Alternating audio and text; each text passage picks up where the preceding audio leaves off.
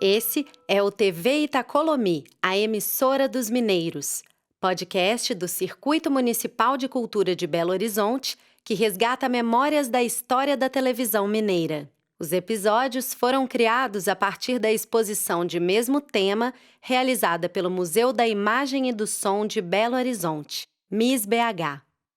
Contamos no primeiro episódio que a inauguração da TV Itacolomi aconteceu no dia 8 de novembro de 1955. Mas mesmo antes da estreia, alguns testes eram realizados. Uma das primeiras transmissões experimentais aconteceu em 21 de abril de 1955. Pela primeira vez, apareceu na cidade uma imagem de televisão. Um teste feito pelo engenheiro Victor Purri Neto, mostrando o relógio da Igreja São José a partir do edifício Acaiaca, marcando 5 minutos para as 3 da tarde. Essa é uma coisa que eu nunca esqueço por isso, porque foi muito sensacional, a primeira imagem que a gente tinha visto na vida de televisão. Bom, eu não tinha, apesar de já existir televisão no Brasil, eu nunca tinha visto televisão. Essa exibição, de certa forma, foi a precursora de um dos carros-chefe da TV Itacolomi, o telejornalismo. Chegamos ao terceiro episódio da série TV Itacolomi, a emissora dos mineiros. TV Itacolomi, sempre na liderança. Canal 4, Belo Horizonte, Minas Gerais. Episódio 3.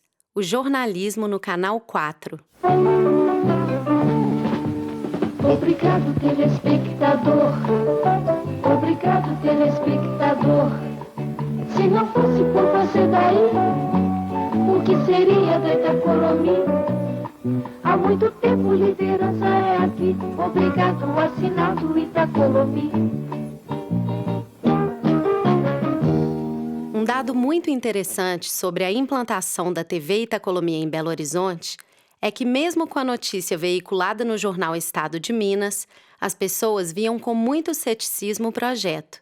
Para se ter uma ideia, as principais casas comerciais da capital mineira começaram a anunciar a venda de aparelhos de televisão em abril de 1955, mas o primeiro só foi vendido em junho daquele ano. Até mesmo a montagem da pesada antena da emissora no alto do edifício Acaiaca causava um certo temor na população. Nós já estávamos com a estação praticamente toda montada e resolvemos fazer uma experiência no ar. Já a antena já tinha sido montada, nós levamos um mastro de 15 metros para cima do edifício Acaiaca. Foi um feito fantástico, mesmo hoje seria, porque colocar em cima de uma área tão pequenininha como é a área lá de cima do prédio,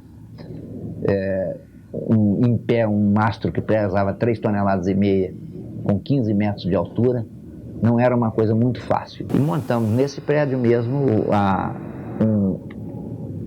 tiramos a laje entre dois andares, entre o 23º e o 24º, numa área de 150 metros quadrados. Ficamos com o pé direito duplo, do equivalente a 2 andares, para ter a altura conveniente para um estúdio de televisão. Passada a inauguração, o grande desafio para a consolidação da TV Itacolomi era o telejornalismo, e ele foi realizado no mesmo padrão do que era feito no Rio de Janeiro e em São Paulo. Um apresentador em uma mesa lia texto das notícias, tudo permeado com gravuras, fotos e, mais tarde, filmes de acontecimentos nacionais.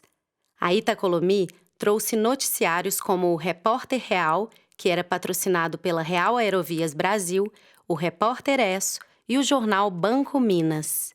O jornal Banco Minas era hoje o Jornal Nacional. Era um jornal bem pesado. Olha, ele era uma mistura de Jornal Nacional com Aqui e Agora, porque nós tínhamos as matérias bem populares, aquelas matérias bem populares, polícia, não execrando como fazem hoje, né? Mas aquelas matérias que eram feitas na delegacia, matérias polêmicas, enfim, era um jornal que tinha opinião, até determinado ponto, porque depois veio a censura, aí nós ficamos presos à censura. Tem até aqui uma recomendações, né? As recomendações da censura, que se você lê-las, você vai, pô, o que vocês faziam, né? A gente tinha que driblar a censura de uma certa forma. Como repórter de rua, eu cobri um fato terrível, que foi o desabamento da Gameleira, né? Quando o pavilhão da Gameleira desabou, né? Na época o Estácio Ramos era meu chefe, então veio a notícia, parece que aconteceu um desastre lá na Gameleira, essa tal. Aí o Estácio falou, Sérgio, pega um carro e vai para lá. Antes de eu chegar lá, já estava sendo mobilizado o carro de externo da Itacolomi, que já sabia que a coisa era grande. Eu cheguei, já colocaram o caminhão de externa lá, ligou e nós começamos a transmitir, né? Aquele quadro dantesco, horroroso, né? De você vendo corpos sendo retirados, pessoas mutiladas. E ali eu fiquei 3 dias lá, tomando leite, comendo pão sem manteiga. E fazendo flashes transmitindo, né? A TV Itacolomi ia, voltava, a hora que ia retirar, vai retirar mais um corpo, e tal. Aí a televisão entrava com flash, né? Passei 3 dias lá. Então foi um momento, como repórter, né? Angustiante, né? TV Itacolomi, Sempre na liderança, Canal 4, Belo Horizonte, Minas Gerais.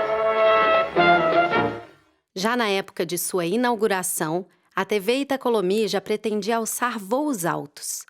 Como o raio da emissora saía dos limites de Belo Horizonte, aparelhos foram instalados em cidades do entorno de Belo Horizonte, como Sabará, Caeté, Betim e Nova Lima.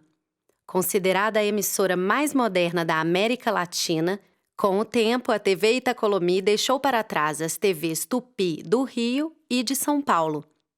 Isso ficou muito evidente na cobertura da chegada do Papa João Paulo II a Belo Horizonte. Só a Itacolomi que tinha uma estrutura de equipamento para poder fazer a vinda do Papa a Belo Horizonte. Somente, não existia outra. E você vai dizer assim, mas será que não poderia vir equipamento dos outros estados?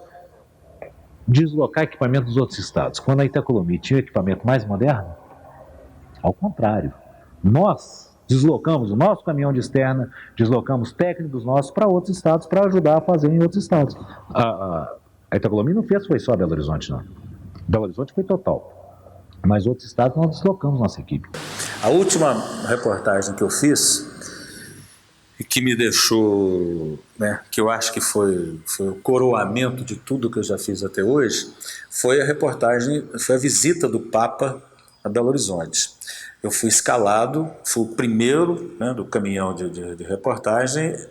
Toda a imagem feita da visita do Papa foi feita pelo cinegrafista com narração minha. Foi a única que entrou no caminhão, quer dizer, foi a única que esteve mais próxima do Papa. O Papa desceu do avião, ele encontrou o Francelino Pereira, que era o governador, o Jaque, e a terceira pessoa fui eu. Lá dentro, assim, eu tenho um crachá até hoje, que eles davam um crachá conforme a cor, você ia até tal determinado lugar. E o crachá que eu recebi é o crachá de trânsito livre. E quando nós chegamos na Praça do Papa, né, com essa cobertura, tinha um helicóptero me esperando para levar a imagem direto para a estação para gerar. A diferença da chegada do Papa e colocar a imagem no ar foi em torno de 15 minutos. A Itacolomi dava em Belo Horizonte, normalmente é isso, 90, 80, 70... Era raro você ter... Quando a Globo começou, que fizeram uma novela, O Direito de Nascer, foi que ela teve um pouco de audiência, até chegou a ganhar da Itacolomi em alguns aspectos, com essa novela, O Direito de Nascer. Mas acabava a novela, voltava a Itacolomi. Esse episódio contou com os depoimentos de Victor Purri Neto, engenheiro responsável pela montagem e instalação dos equipamentos da TV Itacolomi, Jaime Gomide, repórter e apresentador, Sérgio Prates, ator, apresentador e repórter, e Clóvis Prates, ator, fotógrafo, operador de câmera e diretor na TV Itacolomi. A principal pesquisa para esse podcast veio do projeto de História Oral 40 anos da TV Itacolomi, realizado pelo CRAVE, hoje Miss BH.